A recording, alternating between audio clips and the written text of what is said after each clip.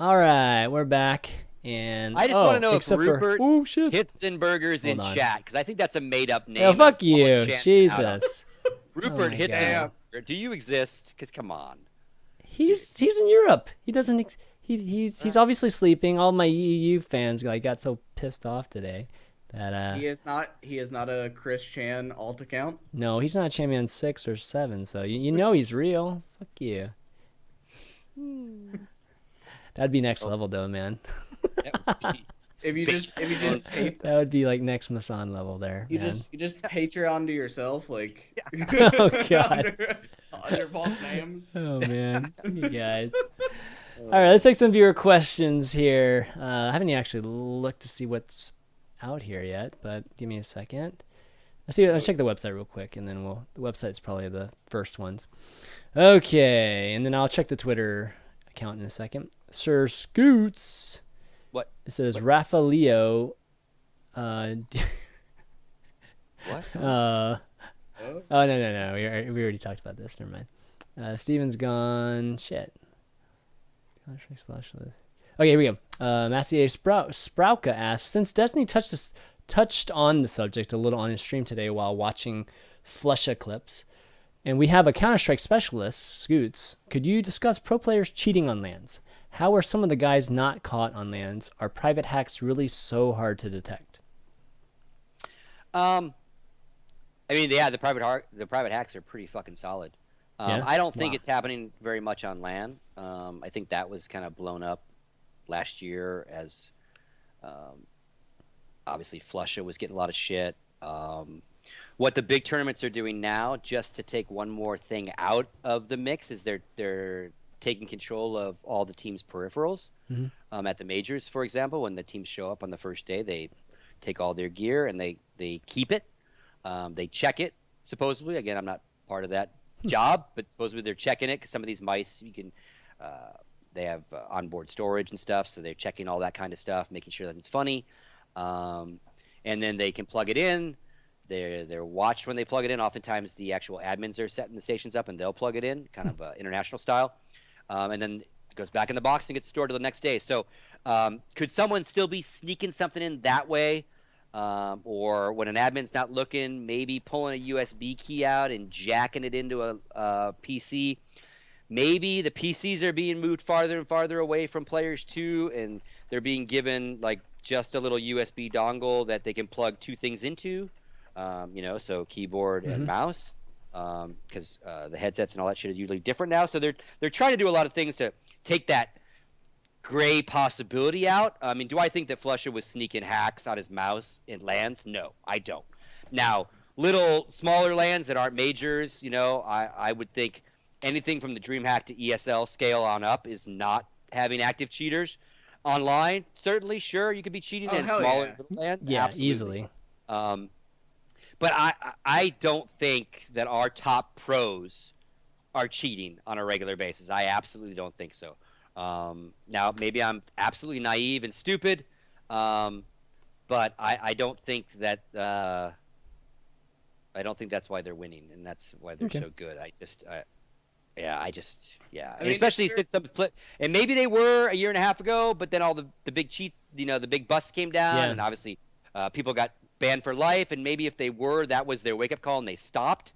I mean, similar to maybe people that might have been match fixing last year that are no longer match fixing, right? Yep. I would be more nervous about teams still maybe partaking in some sort of match fixing than I would about a player actually actively cheating on LAN with some sort of private hacks. Yeah, it's more likely. It's easier to hide, obviously. For sure. Yeah. Too many people watching on LAN, not only behind you, as you set up, like that would be so fucking ballsy. It's also so easy to like identify someone who's aimbotting or wall hacking in Counter-Strike as well. Like, like overall, like it's very easy to tell on an online tournament when someone's doing it. Yeah. And online, like I would not have the same confidence level. Well, yeah, because again, it's much easier. Depending on what league or event they're playing in, would determine how good the anti-cheat client is. I'm not a big fan of online play for a lot of reasons. Cheating is not necessarily the main one of them, but teams don't play the same way. They don't care the same way. It's practice for them. So, like to me, LAN is where it's at. Like I don't watch a whole lot of pure online stuff. Right. Unless I have Biggest- to, or I'm researching. So yeah, biggest Counter-Strike scandal ever happened on an online match. Like, yeah. Again, the match fixing thing, and again, now that Valve has sent a very strong fucking message in Dota and in Counter-Strike for that infraction, that will probably go away. But again, if you're a mid-tier, tier 2, tier 3 team, but you're still listed on these betting sites, and you know in your mind that you're never going to make it anywhere close to a major qualifier, maybe you and your still buddies. do it. I mean, why not, right? You've nothing to lose, kind of because thing. all these teams end up on these betting sites. It's not just the top 10 teams that you can bet on, right? So it's far beyond, realistically, I'm sure a lot of teams out there are like, we'll never fucking make a major. We should do this. Maybe it's $500, maybe it's $1,000. Yeah. Who knows? That scares me. It's always scared me, yeah. All right, Mohamed Nori asks, please discuss Titan dropping their CSGO team and regarding Richard's tweet that their statement isn't really the full story. What did he tweet? I didn't see his tweet. His tweet was, let me find it. Basically that. It's one of his last ones, yeah, I believe. I mean, unless he's been tweeting since. Yeah, I mean, the press release lays a lot of it at the X Cheater, right? And yeah, it's basically they lost every sponsor because he got busted. Right, that's exactly. You also spent bullshit. How much money did they spend to buy Scream? Like 150, right? Yeah. 150 euro? 1,000 euros to buy one player out of a contract. From G2, which is like, No not offense really to Scream. worth. No offense to Scream, but no one in our market is worth that kind of money on a risk of he'll fit with a roster. I mean, that's just ballsy. 150,000 euros is like a full gaming division for some of these teams. I know, Travel, seriously. support, like salary, so a lot of things led to them running out of money, right? And certainly they lost sponsors when they had a cheater get busted, but I don't know the owner. I've never chatted with him, but I find it hard to believe that you can pin the failures of an organization that was only a couple years old on one guy getting busted. Exactly. One guy getting busted. That now, if Olaf Meister got busted, that would have a different. The guy that got busted is not these guys, right? So even at that level, I don't know. Again, I don't know the nature of his sponsorship deals. I don't know. I have bet at EG, and we have had drama and issues with players that certainly have affected sponsor relationships or caused issues with sponsors that you have to deal with. So I get that side of it, that the minute this happened, the sponsors were like, whoa, what's up? You're all cheaters?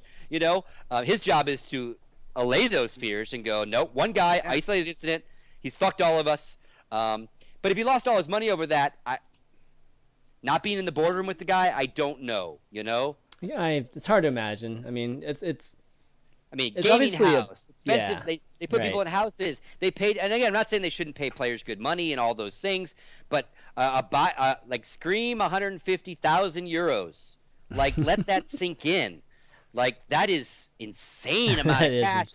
Because it's throwaway money, right? It's not like you paid 150,000 euros for a budget for a team that got you all this exposure. You bought one guy, and that money just goes away.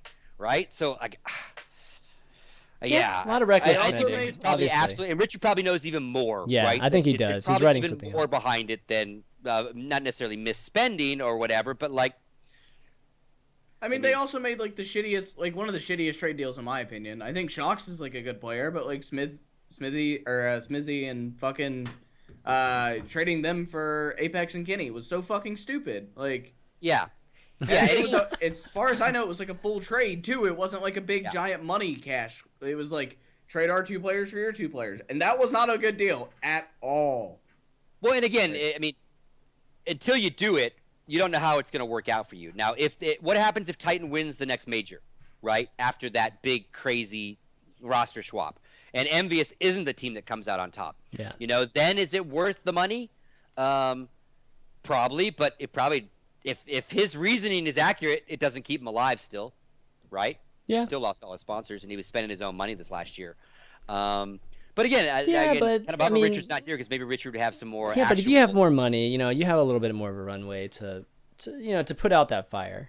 And, 150,000 euros in the bank is a nice slush fund when shit goes south, man. Exactly. And you're scrambling for sponsors. But again, obviously, at the time, him and his team, his advisors, players, whoever is around him, absolutely thought that was a good spend. Well, And No. in It's retrospect, unfortunate. again, no offense to the player, that's a huge. And I know buyouts for a lot of different esports, not just Counter-Strike, are getting pretty crazy. You know, it used to be okay. Yeah. This is what we pay him, and he's got 5 months left on it. So this times 5 months plus a little extra for us. Okay, here's the buyout. And now they're just going, you want him?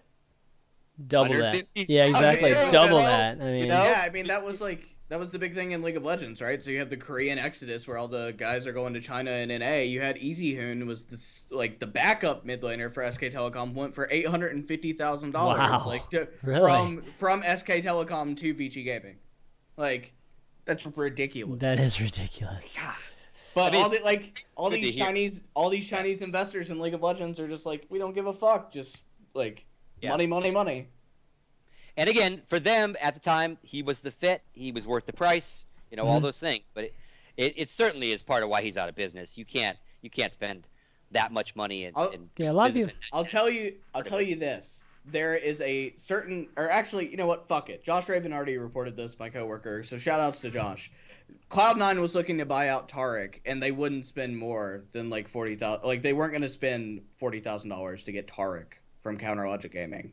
Like, if Taric's like, I just don't see Scream being like 150,000 euro. Like we're talking USD for Taric. Like, yeah. and they're not willing to spend. That They're is not pretty willing to insane. spend It's not 40,000. just.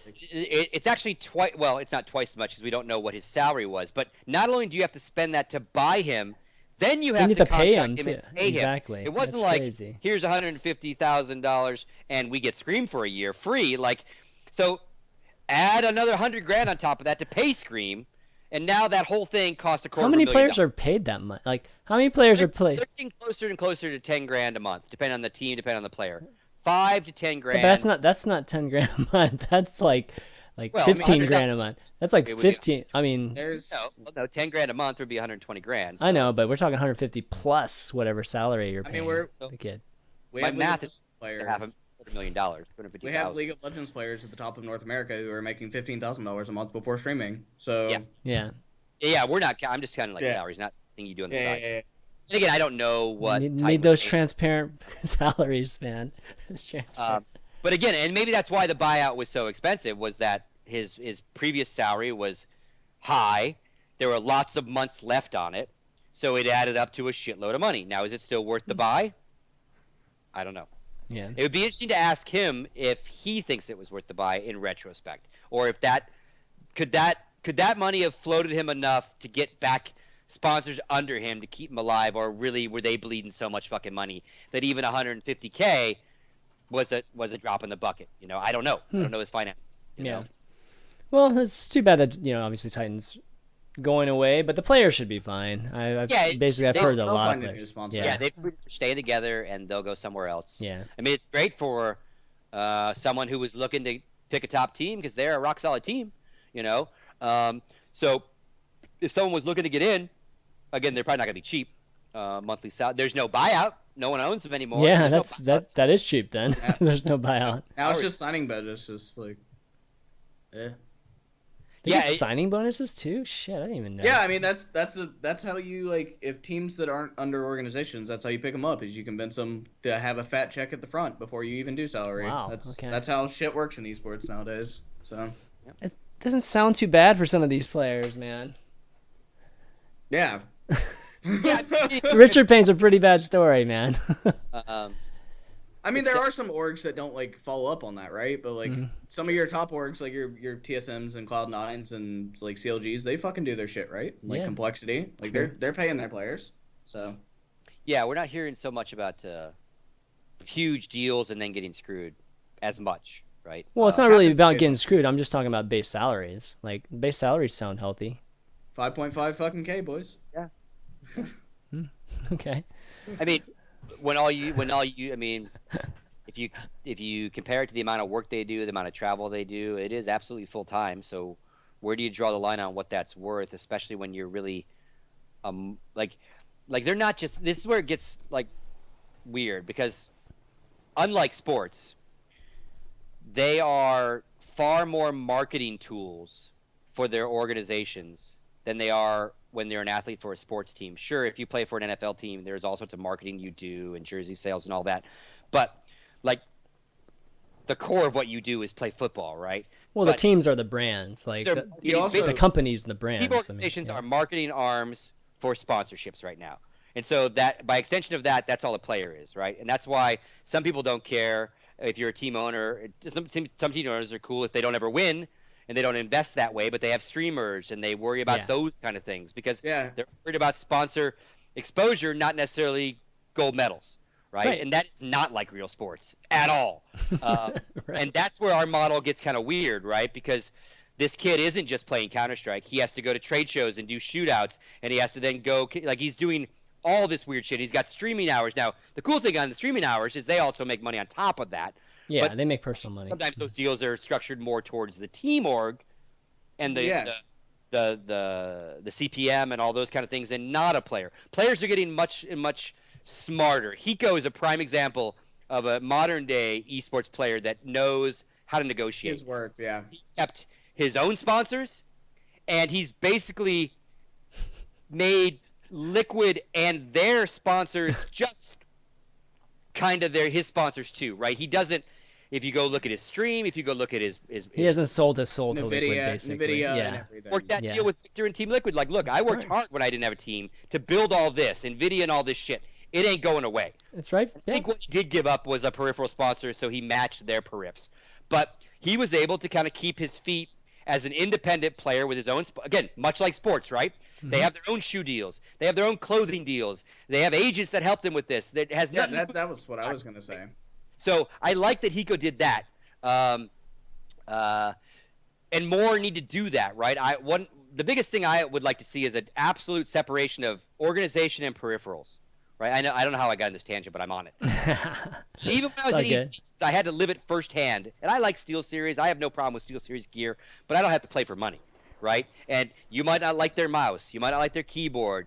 But all 50 athletes, guess what? This is your gear. These are your shoes. These are your golf clubs.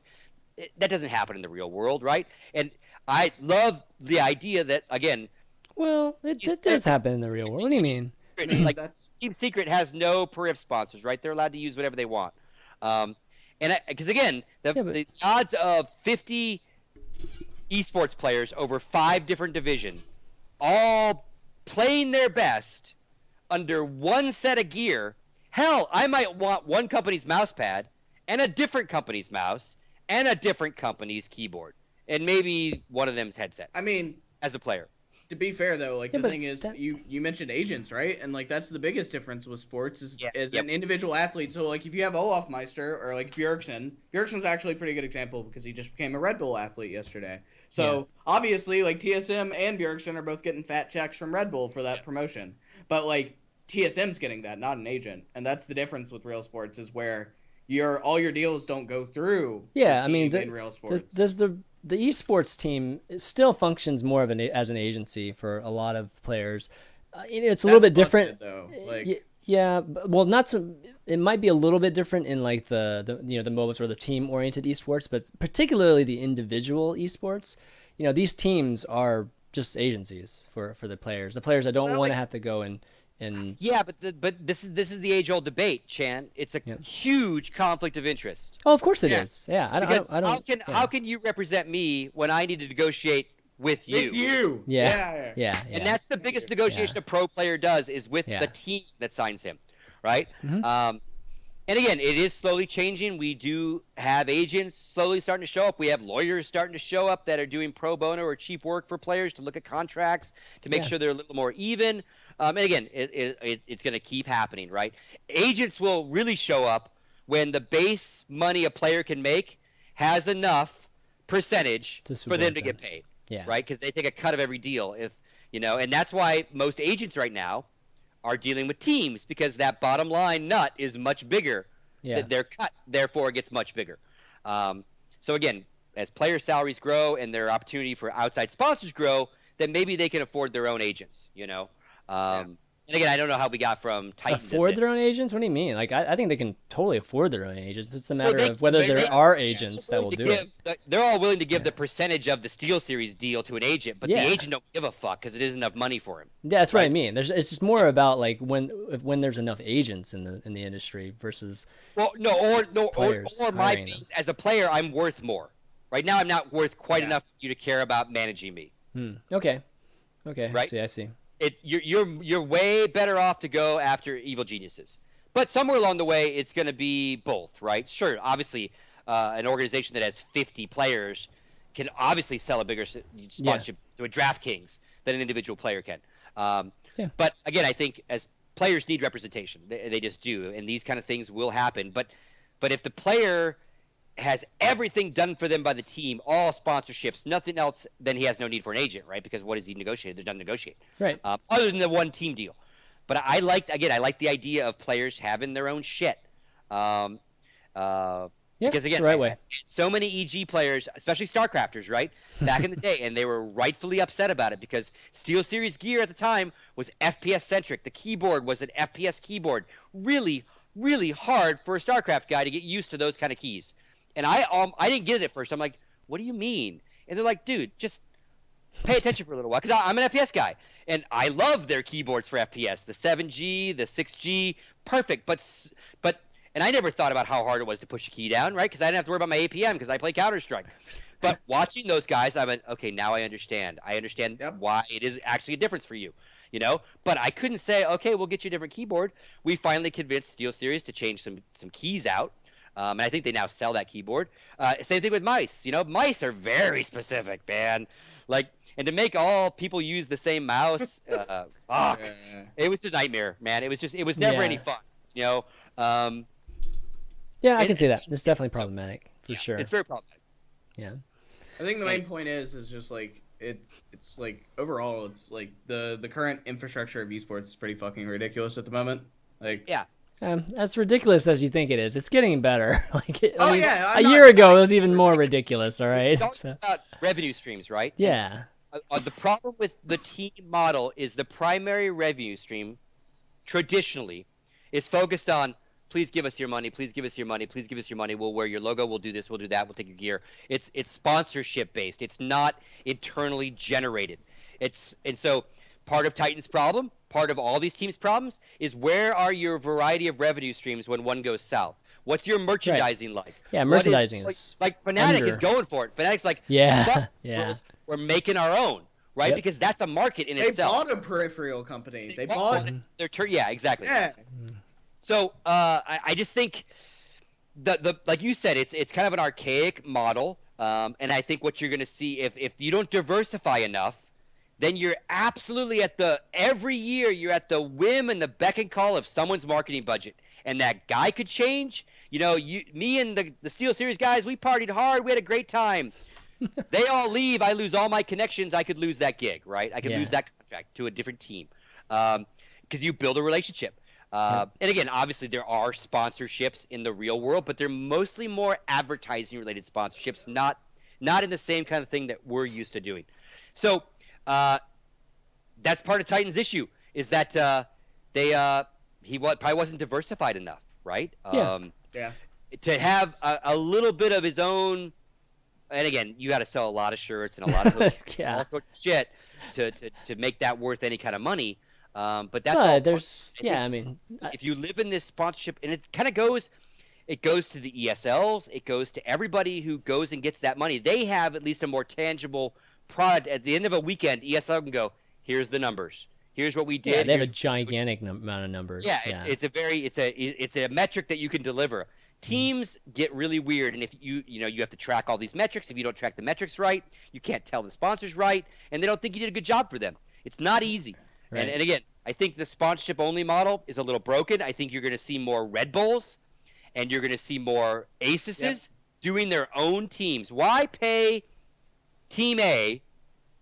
Well, do my brand right. When you know what? If I just spend a little bit more, we already saw it twice though, right? With Team Acer and iBuyPower, like those are the two big ones. to think of off the top of my I head. see. Yeah, that makes Neither sense. one of them worked out. Well, but for they different don't. reasons. I mean, they do athletes in that sense. They do players in that sense.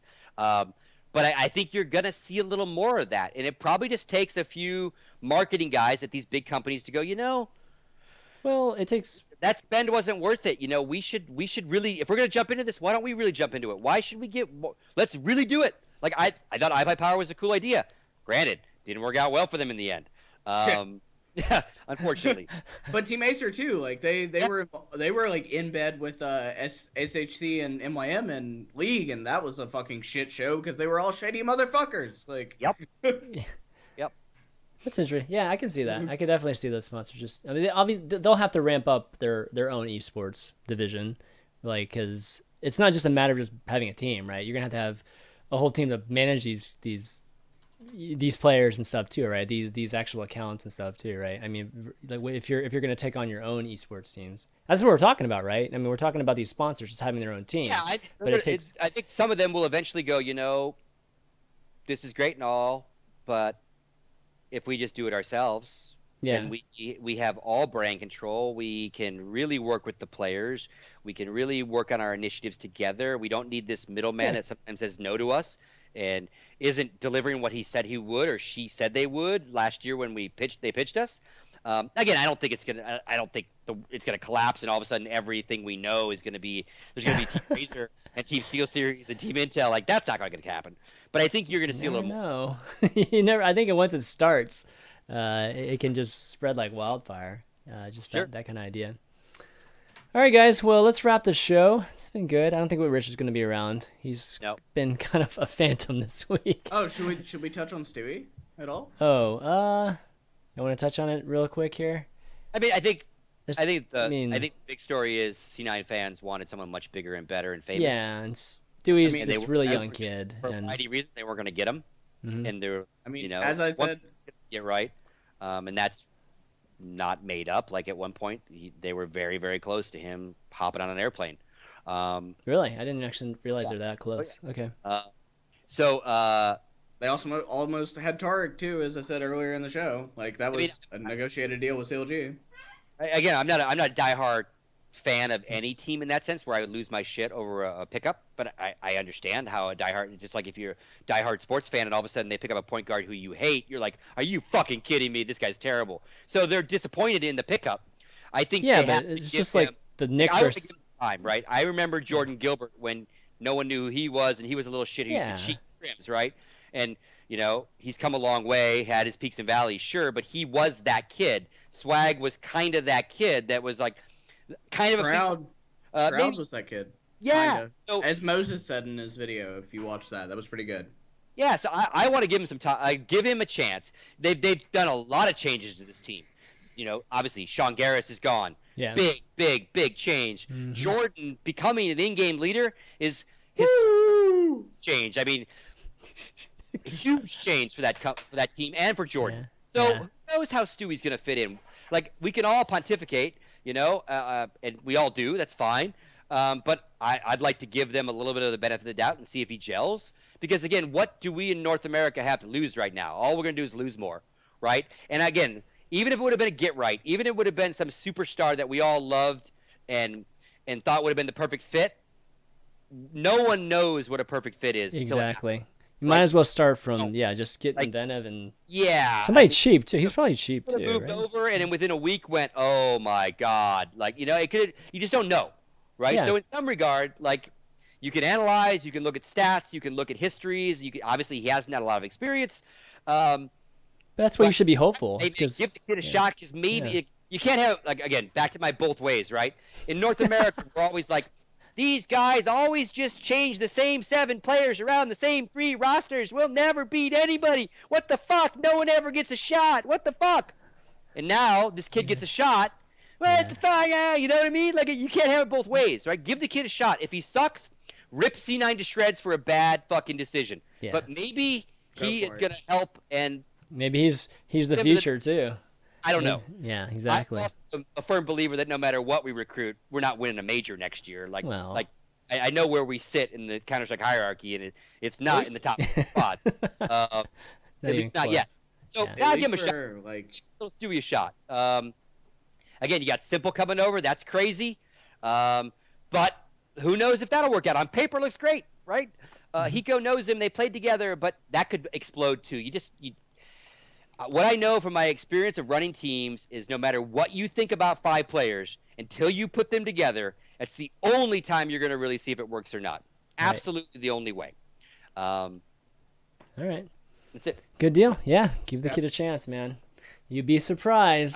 There's definitely it'd be a great surprise if he ended up developing really quickly, or just developing this year, right? And I can't wait how they do in these. They're not at this next one. They've already got their spot at the next qualifier, right? As a challenger team.